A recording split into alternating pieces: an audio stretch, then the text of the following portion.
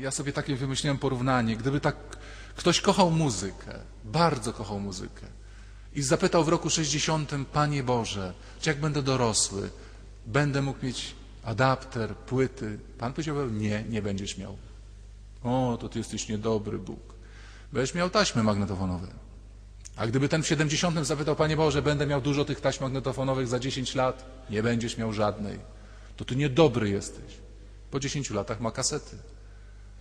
A gdyby ten w 80 roku zapytał: Panie Boże, a będę miał za 10 lat super kasety, nie będziesz miał. O, to ty niedobry jesteś. Będziesz miał CD. A ten o CD, gdyby zapytał za 10 lat: po co ci CD? MP3 będziesz miał.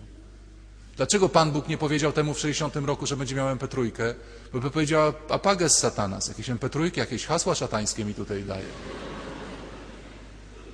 I teraz ktoś z Państwa się zapyta, czy ja będę miał superkomputer za 10 lat. Może któraś z Pań pyta, czy będę miał domek z ogródkiem i dzieci i miłego męża. Pan Bóg odpowie: nie.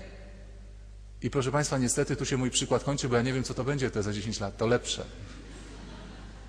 Ale my sobie, prawda, my wyobrażamy sobie po swojemu. No ja pamiętam, jak dziecko marzyłem, że jak będę dorosły i kupię pierwszą pensję, to sobie tyle zabawek kupię w Piotrusiu Panu na Marchlewskiego.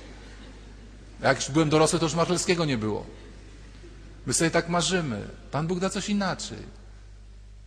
A może za 10 lat twoje dziecko będzie chore, ale ci powiem: mamo, jak ja cię kocham, jaka ty jesteś dobra. I ty powiesz: dzięki Ci Boże za ten krzyż, bo rzadko która matka ma taką miłość w domu. Nie wiem.